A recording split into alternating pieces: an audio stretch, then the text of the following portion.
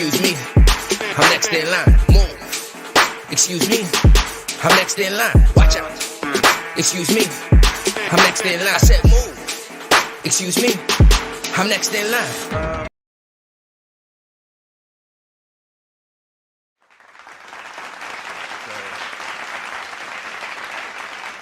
Welcome to another episode of Will's Review. I'm your host, Will D. Sorry, I'm finishing a cookie. I needed the cookie. Had a double yesterday, and so I'm running on like 2 hours sleep. All the sugar helps. What? Yeah, I know. However, today we're going to start off with a little bit of sports talk.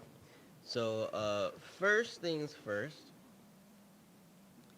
In the past week, the Knicks have won a playoff game. So, regardless of how this turns out, because right now the series is 1-3 in favor of the other team, the Knicks have accomplished something that they haven't done in Lord knows how many years. And I'm a very happy camper because, I mean, let's be real. I'm a step-by-step kind of guy. First step, getting into the playoffs. They've already exceeded my expectations by getting in and not getting swept. So I'm a happy camper as a Knicks fan. Many people are upset that the Knicks lost today. I'm not one of them. So, Yeah! As far as the other guys, the Nets are up 2-1 against Boston. I'm not happy about that. If the Knicks don't win, I don't want the Nets to win either. So, I know. The Islanders are also in the playoffs. They made it to round 2. They're playing the Bruins, and they just took an L. So, sucks for them. And in baseball, the Yanks are still in third, but the Red Sox dropped to second, which brings joy to my heart. And the Mets are still somehow winning their division by a very narrow margin of wins and losses. Now, the other thing in sports I thought was funny. Some people were actually offended, and Lord knows that anybody will use anyone's bigger name to make a bigger name for themselves. So, LeBron James says that, he gets PTSD even thinking about Orlando, and that's because of all the time he spent in the bubble while there. And then I was just like, wait a second, isn't Disney World technically not in Orlando, but in like Kissimmee or something like that, right? So like slightly off. And then it's pretty much like its own city next to both of them. So it doesn't really count. Like, so, I mean, he said, and he mentioned that like the bubble is part of why he hasn't taken his youngest child to Disney World. And I'm like, okay, that makes sense. But why are you, trying to take shots at Orlando if you weren't even really there? You were stuck in Disney World, man. I can see if you told me you were afraid of mice, dogs because of Pluto, ducks, because of Donald, and whatever the heck Goofy is, because there's still debate whether he's a dog or a cow. That would make more sense to me. Just me. But, people, the Orlando Magic took a funny jab at it with the Michael Jordan meme saying, and I took that offensively. And then the mayor then shot him out and said, well, maybe, just maybe, you didn't see the good side of Orlando, so next time you come, I'll take you out. Like, I'm sorry, this is LeBron James. Regardless of whether or not he deserves it, do you really think he's going to go out with the mayor of Orlando when he could probably go out with the senator of Florida? I mean, right now, if he really wanted to, he can go to the White House and chill with Kamala and Biden. Let's just be real. This is the status of LeBron James. He has no reason to have lunch with the mayor of Orlando. This isn't even disrespect to the mayor of Orlando. This is just his level. You gotta know what you're working with, bruv. You gotta know. You could probably have lunch with Lamar Odom. That's a big name. Not all for good news, but hey, he was with a Kardashian. That's gotta be worth something, right? I mean, okay, it wasn't Kim, but it was a Kardashian. I mean, like, isn't Homegirl still making money after being, like, hooked up with Rob Kardashian for a while? And that's Rob. Like, the one no one remembers is a Kardashian. Like, that dude, what was his name? Chris in NSYNC, who no one remembers was a band member? Yeah, I honestly was really happy to see that he didn't die when I saw him in that commercial. Like seriously, I had no clue what happened to him, and when superstars from the '90s disappear from the radar, some of them are dead. So, thanks. But yeah, so that's one of those things. I think LeBron was talking nonsense in the barbershop. You know, there's some barbershop reality series where people come and they talk whatever. Here's the thing: black guys talk crap in the barbershop. Nothing said in the barbershop should be taken super seriously. Even if it's true, it's going to be said in as messed up a way as possible just because it's the barbershop, right? Like everybody, when guys talk, we try and outdo each other. It's just kind of what we do. If you've never realized this, check out XY101. It's just kind of what we do. But yeah, that's, like, I mean, really, who cares? It's Orlando, first off. Don't get me wrong. I love a Disney World, but like, you think of two things when it comes to Orlando, and that's the Orlando Magic and Disney World, right? What else is in Orlando? My biggest alligators are all throughout the goddamn state, but like my biggest memory of the Kissimmee, Orlando memory area, besides Disney World and Universal Studios, is an IHOP. Seriously, that's it. Like, nothing to see. I just remember the IHOP, and that's because we went there at like 2 o'clock in the morning to have dinner, leaving the theme park. So an IHOP is one of the most memorable things about your area. Thing you need. I'm Eric Casilius, and when you look at the Pretty much, like, yeah. I mean, can you be mad that he's like, I don't want to be by the bubble, and then there wasn't much to do in Orlando? Facts is facts. Like rice is rice. On that note, we're going to go to our first commercial break, and when we come back, we're going to talk about some things happening in the news and in entertainment. So, Charles, if you could, take us to our first break.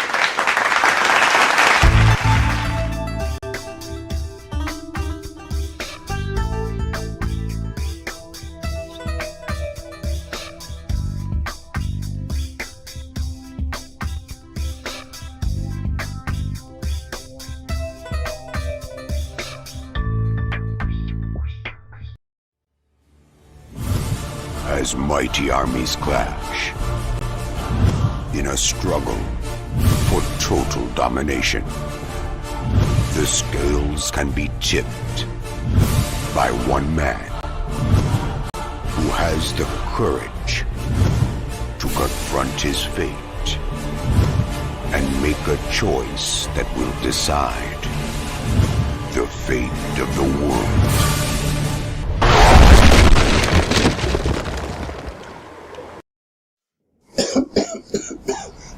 Guys put a lot of smoke in today. Wow. But anyway, we expecting a real superhero? I don't think so. The real life superheroes are the ones that are helping out in their community today. And the LDM show will be there to bring you the events and stories to life. Do you know a real superhero? Let us know. But for now, follow us on Instagram and Twitter, and like us on Facebook. Also visit our websites for photos, videos, and updates. But until the meantime, hey, I gotta be out of here.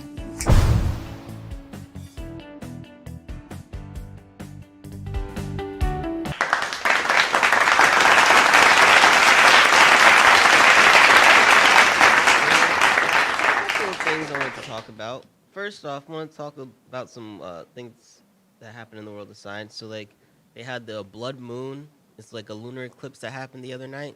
It looks kind of cool. It looks like the red sun from like Superman movies put into the sky. So that was kind of dope. You could probably find some images of that online, but it's one of those really rare occurrences. I don't think it's one of those things that happens like once every 75 years, but you're gonna have to wait a while to see the next one live. Like, you know what I'm saying? Well, yeah, you might have some gray hair if you're around my age by the time that happens. The other thing that I thought was super weird. They say that super tasters might have more resistance to COVID. And what they mean by more resistance is this may be the reason as to why people don't have symptoms even when they catch it, like why their body is able to kind of just coexist with the disease, if not completely repel it. One thing they were saying to look for as a sign is you find broccoli too bitter and do not like it, right? Which means like every child in America. Like every child in America.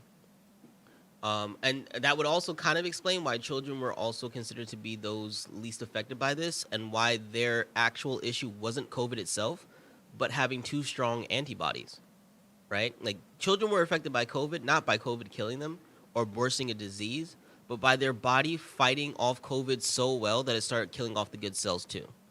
Like why a fever is a good and a bad thing. It's exactly what happened to children. So I was like, this is really weird. But again, it means that you would just be able to survive COVID. Not necessarily like it's a natural vaccination for it. It's not antibodies. It's just that they've noticed that people who've had a sensitivity to the taste of things, like to the bitter flavoring of stuff, have done better with resistance to COVID as far as surviving it. And I thought this was interesting too, because recently, you know, somebody who I know that got vaccinated actually got COVID, right? And since being vaccinated. Now, one, this brings into question what I was talking about before, the duration. How long does it last? Two, does the vaccination keep you from getting COVID? So, obviously not. And they took the Moderna. It wasn't the Pfizer, so maybe Pfizer's better. It wasn't Johnson & Johnson. It was Moderna. But it raises the question, though. If you can get COVID, is that the vaccine only makes you as strong as these super tasters? So something to think about there, all right?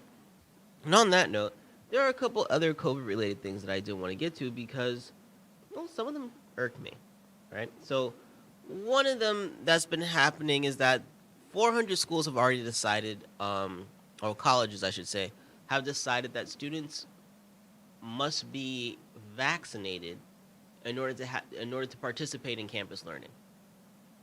So it is now a mandate at 400 plus colleges across America that this is going to be a thing come fall. Now, why this irks me is that we didn't see people do this for the flu shot, right? And that's essentially what this vaccination would be. Is supposed to be like an equivalent to the flu shot, but for something new. We also, again, don't have a permanence on this vaccination. So we can't say, well, like the measles, if you get this done, you never have to do it again, right? We're still learning about duration on this thing. So to make it a mandate doesn't make much sense to me. The fact of the matter is, whether or not they go to the campus or they stay at home, they could still spread it because people who are vaccinated can still get COVID, which is why y'all were also supposed to be wearing masks after the shot.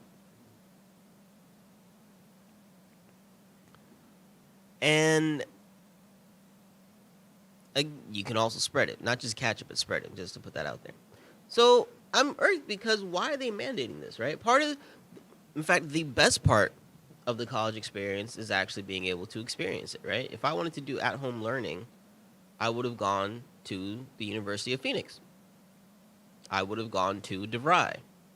I would have gone to any college that has a TV ad on Channel 11, the 6 train, or that I randomly passed on some like really small block in the middle of Manhattan, because they've all been offering online learning for years. And all these guys have commercials from like 2 a.m. to 12 in the afternoon. At some point in time, you can find it, either overnight or early morning when you should be watching something else. So I could have done that from home a long time ago. Why I and many others choose to go to the campus, whether it be the university that's 15 minutes away from home or the one that's cross country, is the sense of independence, right? That idea that you want to be completely by yourself, right? You're finally done. You don't have your parents looking over your shoulders every 5 seconds, right? But also that ability to be with others, your peers, and do that experience, right? There's always that awkwardness with the kid who's homeschooled as opposed to the kids who always at class together, right? Of course, unless the homeschool kid is hot, then everybody at school will be nice to them at the school dance that they get invited to. It's just kind of how that works amongst children. But yeah, like it doesn't seem right to have to make that a mandate. It should have if schools had a mandatory mask policy, that makes sense to me. If schools had a mandatory spacing policy, if this was the mandate because of a spacing policy, but that's not what it is. They just want people to be vaccinated because it makes people feel less paranoid. They're literally telling them to do this so nobody has to wear masks all the time, right? They don't want to have to put on supplies masks, so that way they have to cover masks in every classroom. That's what this is. They're trying to be super cheap when they know they need money because they lost a year's rent when kids didn't go to school on campus. That's what this is, and that's why that irks me. The other thing is that more and more jobs are trying to figure out if they should be or if they are able to mandate people to get this vaccine. And again, I'm going to keep saying this over and over again, probably over the next few weeks, as this is still an issue, because you can't force people to do something that's still not approved. You get what I'm saying? It doesn't make sense. The same reason why the government hasn't approved these vaccination passbooks, right? It just doesn't make sense. You can't just, force people to do something because it makes you feel better, right? That's like forcing people to not have abortions because you don't agree with it, which I think is something I posted earlier this week on Instagram. Right? Because of how you feel doesn't mean that everybody else has to try it or do it or whatever. There's still groups of people who may want to do it and can't because their group hasn't been fully tested with the drug yet. That's because it's still under emergency use and still trying to figure out who can and can't take it. So you gotta be less judgmental, and you have to keep the things applicable. You have to use the preventative measures that work for everyone at all times and kind of help get through the peak of this crisis, right? And we're seeing places all over the world where people are getting the vaccine, and yet variant strains are still a thing. So it's not as, perfectly effective as people are expecting it to be for their paranoia. It doesn't make any sense to me. You can't keep asking people to do this, and not asking them. Sure, you can ask anybody, but to mandate it, to make it the rule. If the military doesn't make it a requirement, if the police force doesn't make it a requirement, if hospitals can't mandate you, why does a school get to? Why does a job get to? And the reason that a hospital can is that the hospital knows that there are still a lot of variants to people in this thing. Do they encourage you? Yes. Of course they encourage you. But do they force you? No. Because they can't. And they know they can't. And they know why they can't. That last one is a big thing. Knowing why, for a lot of reasons, can help you with a lot of different situations. So, yeah, just really consider that. If hospitals haven't made this a mandatory thing, then no other business or industry should. And that's not to say that hospitals should do that either. But, I mean, if the guys who work in science still say, meh, your choice, I think a lot of people can feel comfortable with the whole, meh, your choice. All right. Moving on from that, I also found a really, I normally don't like to do these type of stories, but I found one that just left me irked because people just don't listen, right? So, unfortunately, there was a girl fatally stabbed, and she was 13 years old, a cheerleader, and if I'm not mistaken, this happened in Nebraska. Why this caught my attention was that the girl was stabbed 114 times. Her name was Tristan Bailey, and they believe that they have the guy who committed the crime, and they are charging him, even though he's a teenager, as an adult for the excessiveness of the crime. The boy, Aiden Fauci, or Fucci, who's F-U-C-C-I, I'm not even going to try saying it another way, is the one who's allegedly at fault. And the thing about it is, a bunch of people say that they heard that he was going to hurt someone. Now, according to a lot of the witness statements, it wasn't necessarily directed at Tristan when they heard these comments made by him, but they did say that he was going to stab somebody, right? So numerous people, more than one person, heard this guy talking nonsense like this, and you're going to tell me in a state full of Karens, nobody even thought to do something. And this poor child gets stabbed 114 times. Now, understand that someone who's going to stab someone more than Julius Caesar got stabbed by a bunch of different people, right, isn't just saying, man, I want to stab somebody on a bad day. No. That's the type of person that when he said it, I can tell you right now, was said with intent. He must have a look in his eye, either a look of joy or rage. I was like, I'm going to stab somebody. Cold, clear. If somebody asked him, what'd you say? He probably said it again. I'm going to stab somebody. Like, I'm going to kill somebody, and I want to stab him to do it. And several people said that they heard this. So, how no one even thought, right? Like, you have the guys with the automatic weapons, that the guy who shot up Sandy Hook, the guy who shot up in Aurora, Colorado. And people said they didn't notice any signs, right?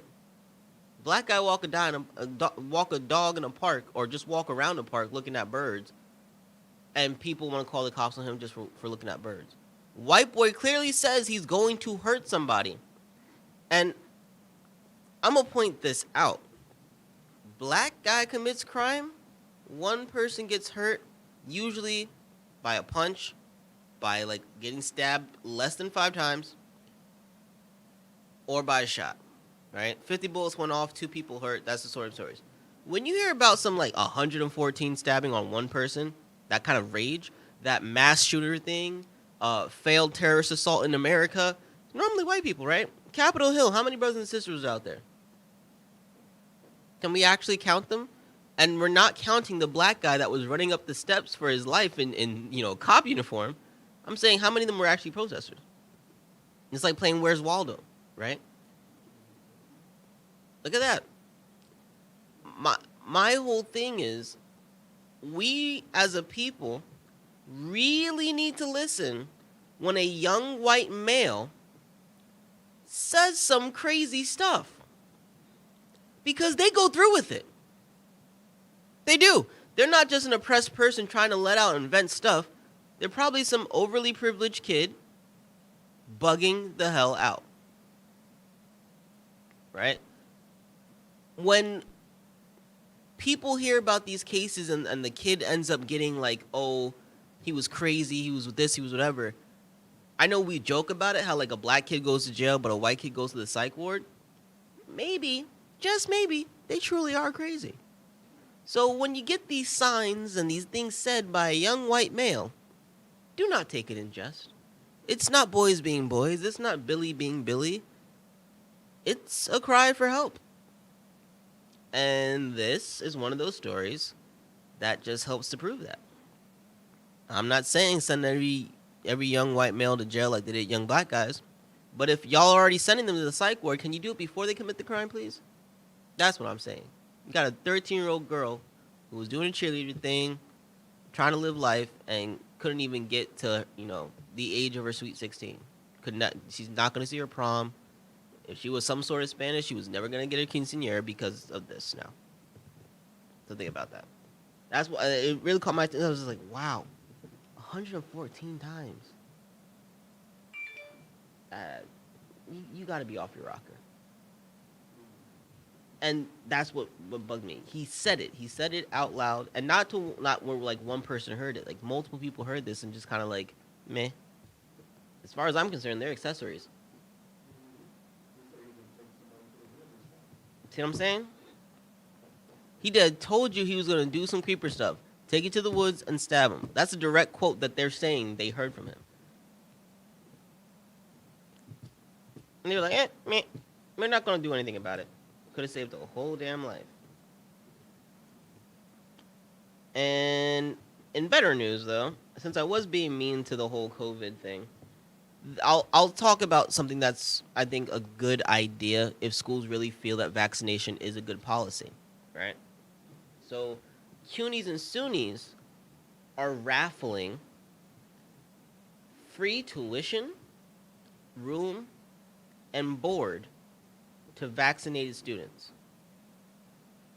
If you want students to get vaccinated, incentivize them with something like that, right? It makes more sense than to penalize the ones who may not be able to. Because again, it's not just that you have people who don't want to get vaccinated. You have people who literally can't, are advised not to. It could be worse for their health than what you're expecting. So just consider that. Just offer some incentive. And the thing about it is a raffle, right? They're not saying every vaccinated student is going to get that, because I know there's going to be that one person who didn't hear the raffle part, right? It doesn't mean that they're giving out a ridiculous amount of scholarships in a sense. They're going to raffle off whatever they can, whenever they can do. Whatever SUNY and CUNY you're at will have a different amount. And whoever's in that lucky vaccination thing, throw in your card, and maybe you'll get your card pulled to get free tuition, room, and board, which I think that's awesome. A little crappy to anybody who's coming from like outside the country or outside the state, and like a New York City kid gets their card pulled. He's like, he lives on the 4 train. Nah, son, you got vaccinated, so I pulled this card. Like, that might suck a bit, but that could happen in any competition. So let it rock. But yeah, I thought that was a really cool idea. And going along the lines of education, it looks like a lot more of the young programs are starting up. So like one that I saw earlier was from a school in the Bronx where they're going to begin their music association and learning programs again for people 6 months to 6 years. So I think that's really cool. So if you're a parent, you're looking at what to do, especially with the summer. I'm seeing summer programs start up. I know there's some schools in Midtown Manhattan that are doing their STEAM programs for graduating pre-Kers and I think most of the elementary school grades. So if you're a parent looking for what to do with your child this summer, there will be camp options, not just provided by the city, but you actually have to do your research this year, and you got a couple of weeks to do it. Most of that stuff will start in the ending of June. So just take a look. You can find stuff on nyc.gov. Your local papers will definitely be advertising them. And by that, I don't just mean AM New York Metro. Not just that. There are various borough papers, publications. There are various regional. I think isn't there just a newspaper for Hell's Kitchen at this point? I mean, seriously, people, you need a newspaper for 5 blocks? Daredevil don't even live there. What are you putting in this news? But yeah, so that's the thing. You thought print was dead? Print is still being overpublished. So, yeah, just go out and get the resources. It's a really good idea, because I'm seeing more and more jobs starting to have employees come back to their work sites. So working from home isn't going to be a convenient thing for too many anymore. And again, that depends on your industry. There have been some studies that have shown more productivity for those who worked at home, whether it be the fact that they really are working in their own time, or the fact that some people just feel better not wearing pants. Lord knows.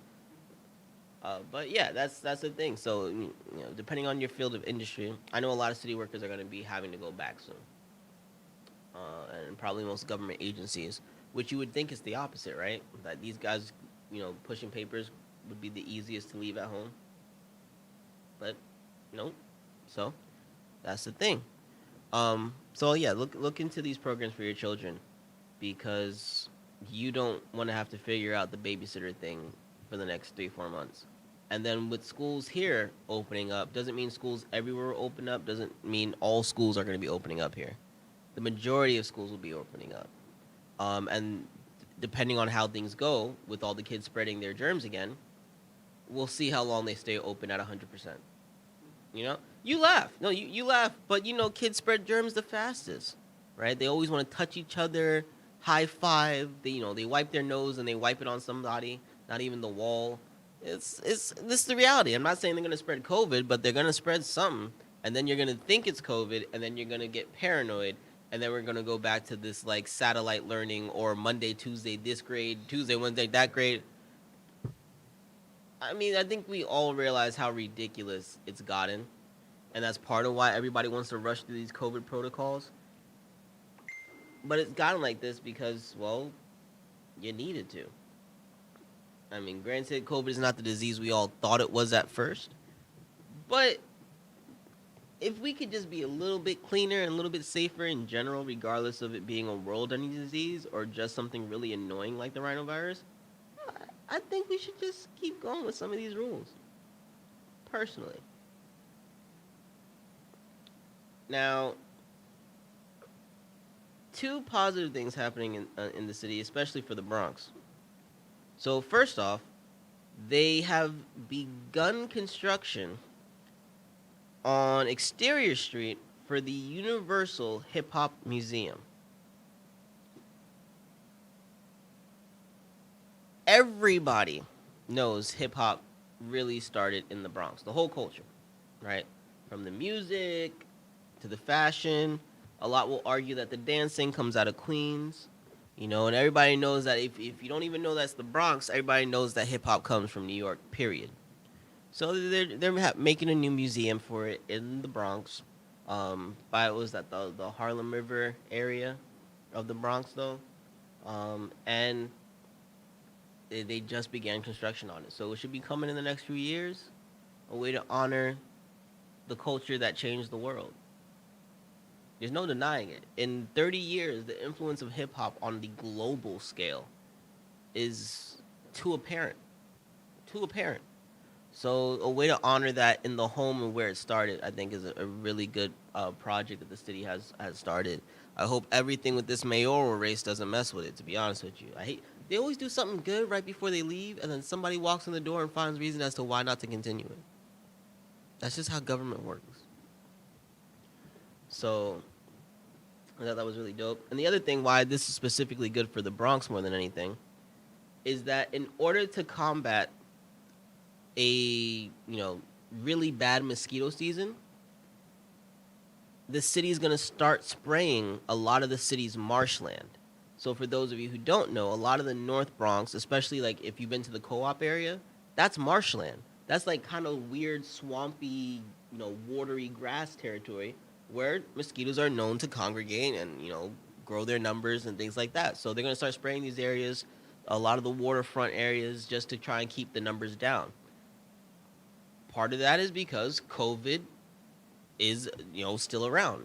And mosquitoes will share blood to blood.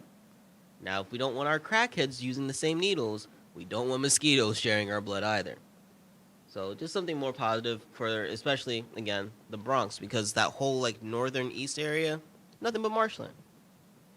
So a little fun fact for you, just to understand.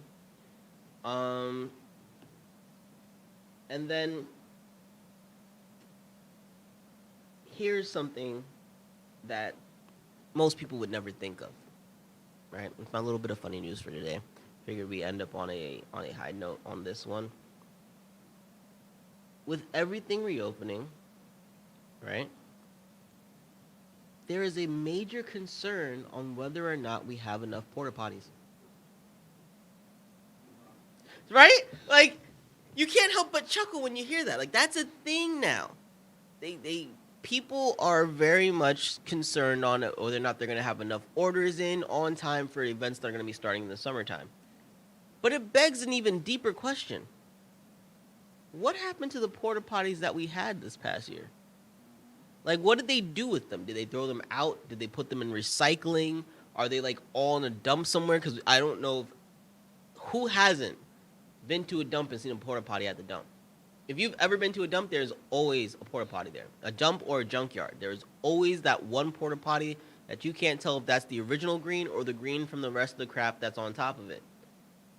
Yeah. So I would figure with stadiums, right? They had 60,000 chairs. When nobody would come, they put the chairs somewhere. What happened to our porta potties? Who moved our toilets? And I say this also because I was really annoyed, like, last month when we were walking around an area that used to be a porta potty. And I'm like, all right, I'll use the porta potty over there. And then I had to hold it for like another hour while we were walking around because the porta potty moved. They're convenient, okay? So, yeah.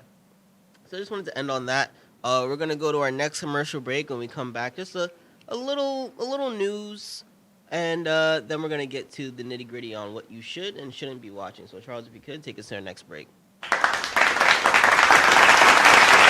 Hi, I'm Charles Alomont, and I want to thank you for watching the LDM Network. For more information on this show or any other show, please go to www.ldmnetwork.net. Again, that's www.ldmnetwork.net. And now...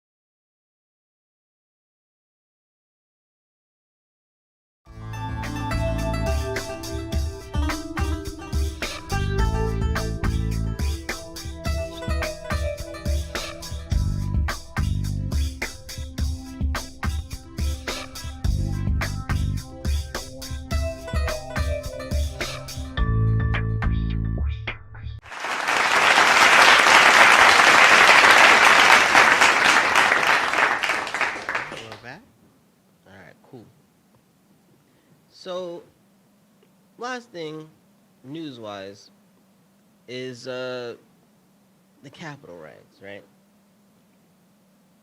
They're talking about, oh, we need to launch an investigation, and then there's a whole bunch of pushback, and all this stuff is in the news back and forth, back and forth, back and forth, right? One, who cares? Seriously, we're at a point now where Trump's out of office. No one's questioning the Biden win. Most people are just tired of Biden in general. Because as someone so pointedly put out, this wasn't a race where people were yay Biden and yay Trump. It was either yay Biden or yay Trump or boo Trump, right? So you were left with a default choice. Now all the people who booed Trump are realizing, like, well, we never really liked Biden. And Biden's doing things that we still don't like. So now what? There's a whole group trying to focus on these riots still because they're trying to divert from the fact that people are not that interested in this president either. And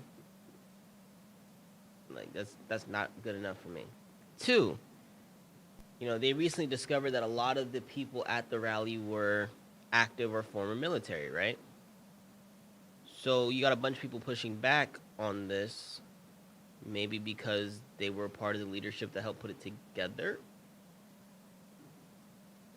Okay, and if you know that, here's my thing. For those people who are trying to put those people on notice, this is government, my friend. You don't think they got dirt on you too?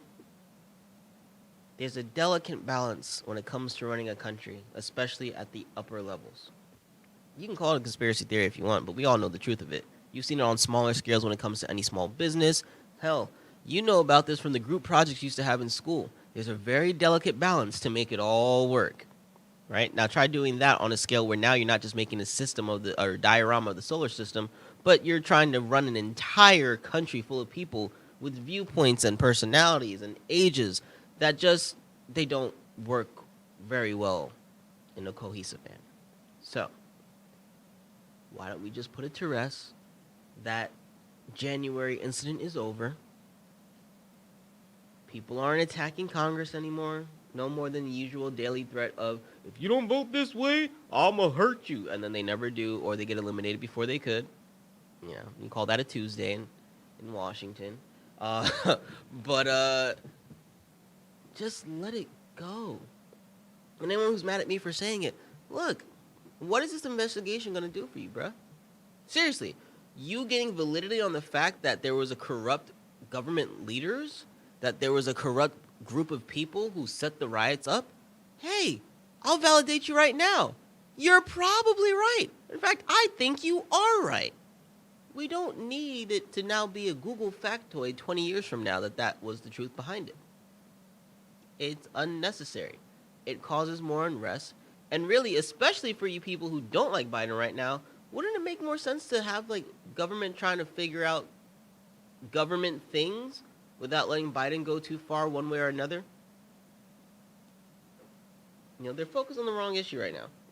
The event is past. Whoever was hurt was hurt. Whoever has passed is passed. It's not a good thing. It's a sad thing. But for the most part, most people made it out of that incident A-okay. Many of the people who deserve to get arrested got arrested. And as a country, those of us who want to move on, a lot of us have, and others can't because you guys won't let it go. I'm tired of hearing about this thing. You messed up the website to the point that it was almost taken off of everything, and then it's already the website where all this started has already made a comeback. Parler is back up. They found a server. If we've gotten to the point where the thing that you finally took down is back up, can we just let it go? Like, we went through a 10-year process in less than 6 months. Let it go. Be like Elsa and just let it go. All right? So, moving on from that, because hopefully that's the last time we have to mention this damn thing. We got a bunch of stuff to get to about what you should and shouldn't watch. So, first is a movie involving Angelina Jolie called Those Who Wish Me Dead. And it involves a firefighting female who suffers from PTSD and accidentally stumbles upon the assassination attempt of a 12-year-old boy from military hitmen because his father was tracking money. That is the premise of this movie. Why'd they put you in a fire tower? And essentially, you know, they mixed hunting down a little kid, you know, wilderness fighting, and giant forest fires. You know, I feel like this movie was made specifically for Leonardo DiCaprio to be like, yeah, that wasn't as good as mine. I fought a bear, right? Like, or for like Smokey to be like, you know, you shouldn't do this. But I gotta admit, despite the ridiculousness of the premise, it was mildly entertaining. I can't say that I would tell you all to go, like, must see this movie. But when this movie hits, like, a Netflix, an Amazon, a Hulu, and you're like, oh, yeah, remember that title? Take the 2 hours out of your life. You will be mildly entertained. I give it a 3 out of 5. It was much better than I expected. I can't say it was worth going to see in theaters, but I don't feel like I lost 2 hours of my life for no reason. That's as much of a compliment as I can make at this time. Now, next is a series called Solos on Amazon. I give this series a 4 out of 5 just off the rip. It's about 7 or 8 different stories, I believe it's 7, that all seem disconnected except for the one that connects them all, which stars Morgan Freeman. So here's the beautiful thing about this, right? There is an order to this. I think it starts with Anne Hathaway and whatever when you actually put it all together. But you can watch them because they are various individual episodes, thus the title, Solos, right? All with a sci-fi kind of feel, be it post-apocalyptic, futuristic, android, you know, that sort of a thing. That all culminates with Morgan Freeman making the sense out of it, as it should. Like, if anybody's going to make sense out of something confusing me, it's going to be Morgan Freeman. So, give it a shot. Give it a watch. It's pretty good. A lot of familiar faces, a lot of good actors. Was really surprised to see Homegirl from Sleepy Hollow because I thought she was so difficult to work with. That's exactly why they kicked her off that show. And then she earns the opportunity next time I see her to work with Morgan Freeman? Where do they do that at? But yeah, and I mean, she's a good actress. She did her thing. It's just really, where do they do that at? Let me mess up at my job and see now if I end up working with the top person in my freaking industry, right? Makes no damn sense. Also, a 2019 film also hit Amazon called American Fighter.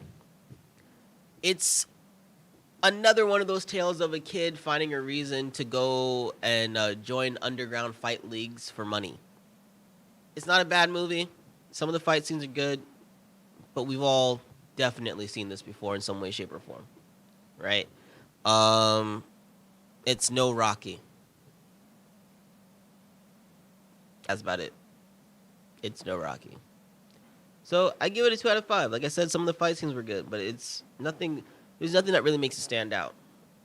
Now, next is a movie on Peacock. Well, not a movie. It's a miniseries called Girls Five Ever. I just can't say it. The significance of the 5 is revealed in the show. It just really is annoying to say. It's a musical comedy. It really sounds like if they tried to completely white out Fifth Harmony and then, throw some songs on top of it, like if the band were to get back together in 10 years or so. So there's a girl group, let's call them the fake Spice Girls.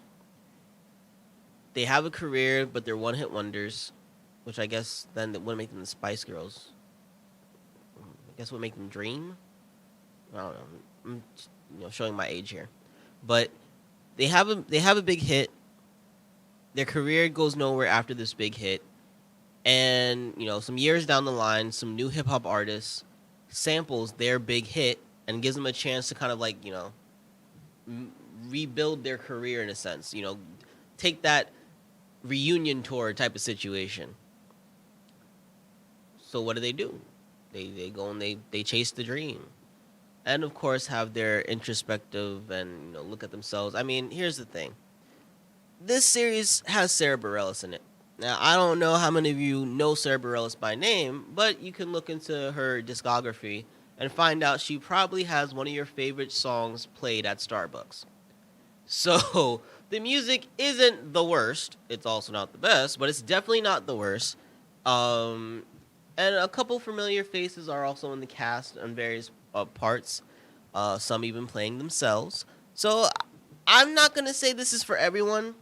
It definitely has a specific, unique group of people who would watch it and then add white women to that group. And I give it a 2.5 out of 5. If you like cheesy NBC or CBS comedies, this may be up your alley. I don't think it's as good as NBC's Extraordinary Playlist, though. That show is exceptional. But yeah, it's a pretty okay series.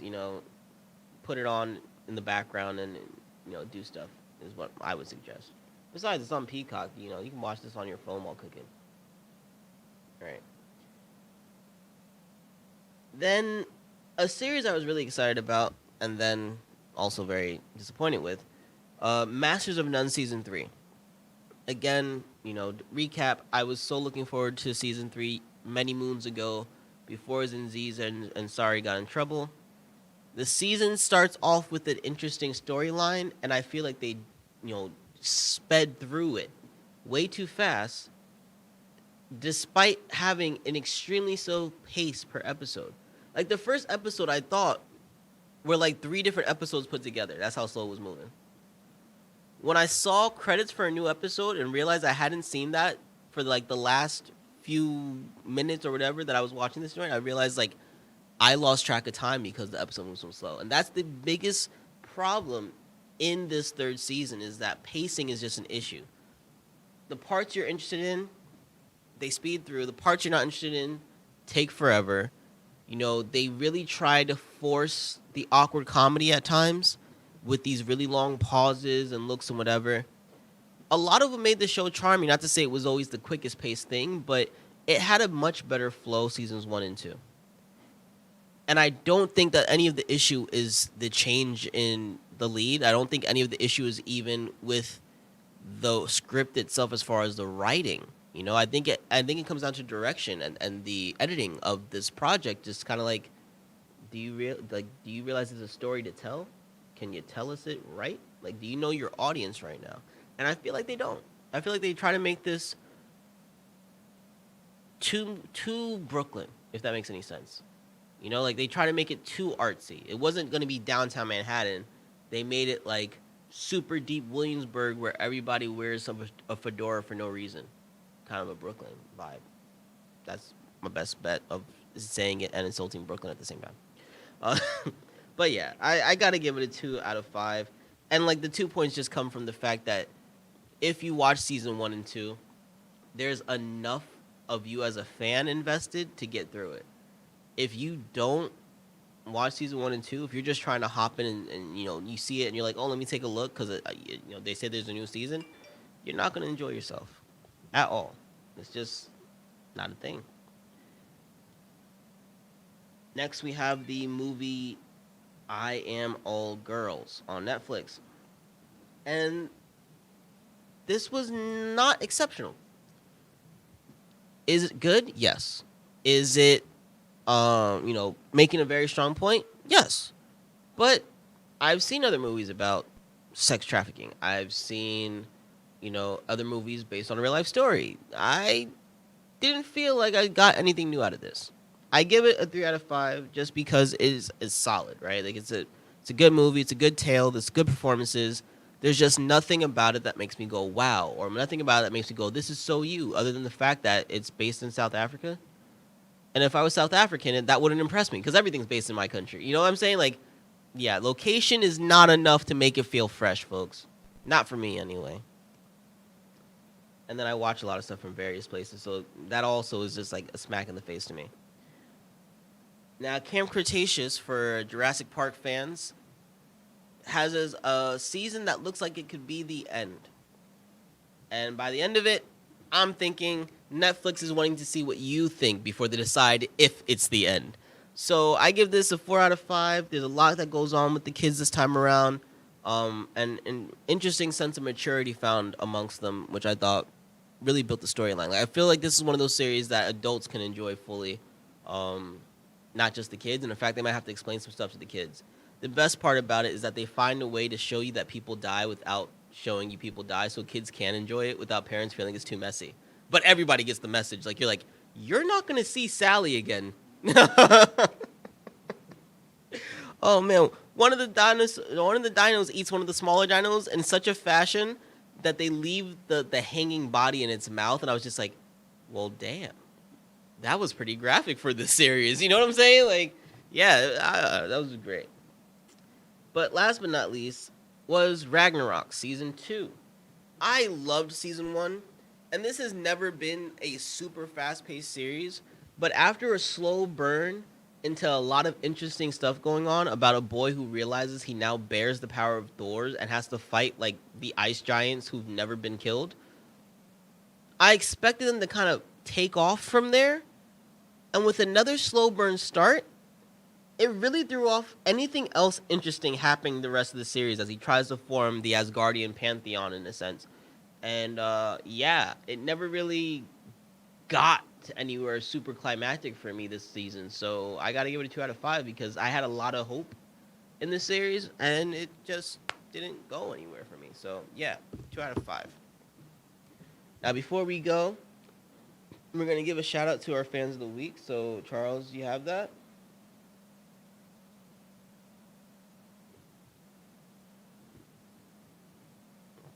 Excellent.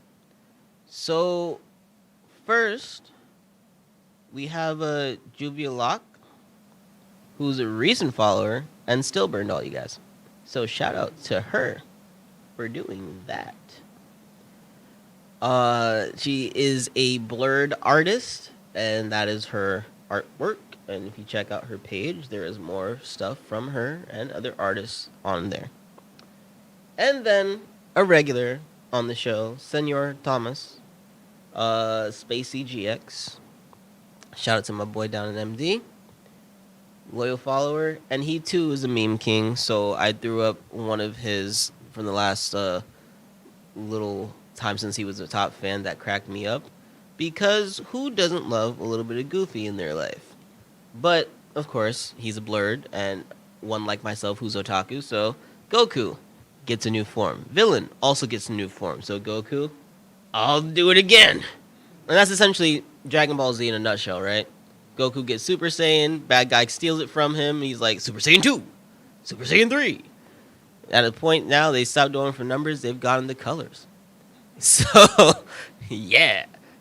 When you're in the middle of the fight, you're like, I'm Super Saiyan Blue. Blue?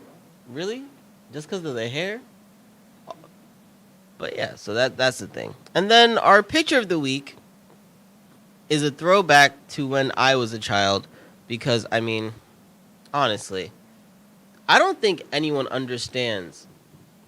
One, when Power Rangers was at the top of the TV ratings for my generation, right? I had been out of diapers but so long. And yet, this week-long thing was like the scariest moment for every kid under the age of like 13 in the mid-90s. So, real quick, before Thanos, this Ranger, Tommy as the Green Ranger, almost took over the world with no army. Just him and a flute. Real talk. Tommy carried around a small dagger against a sword, some like, tauntas. Homegirl had a whole arrow, which meant she could shoot him from a distance. Dude had 2 axes and a spear. He had a dagger that he played like a flute, bruh.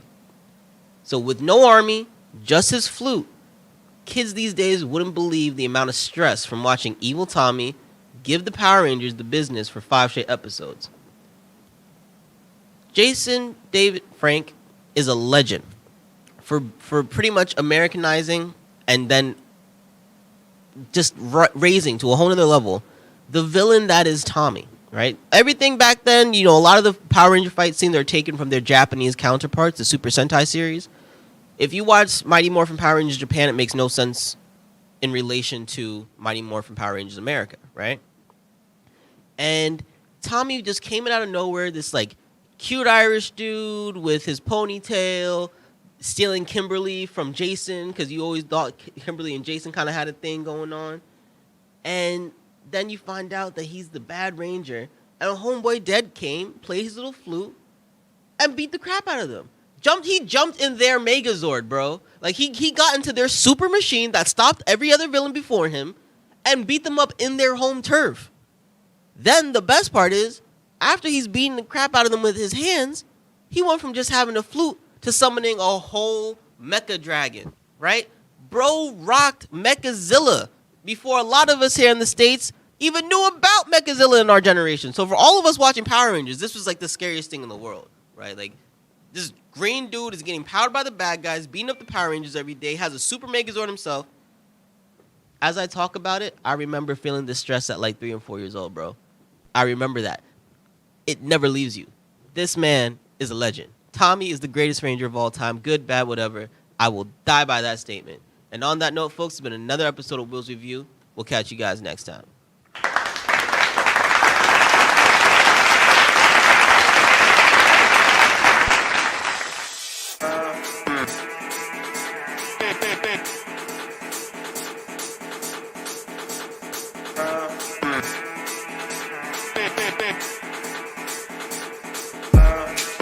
Excuse me, I'm next in line. Move. Excuse me, I'm next in line. Watch out.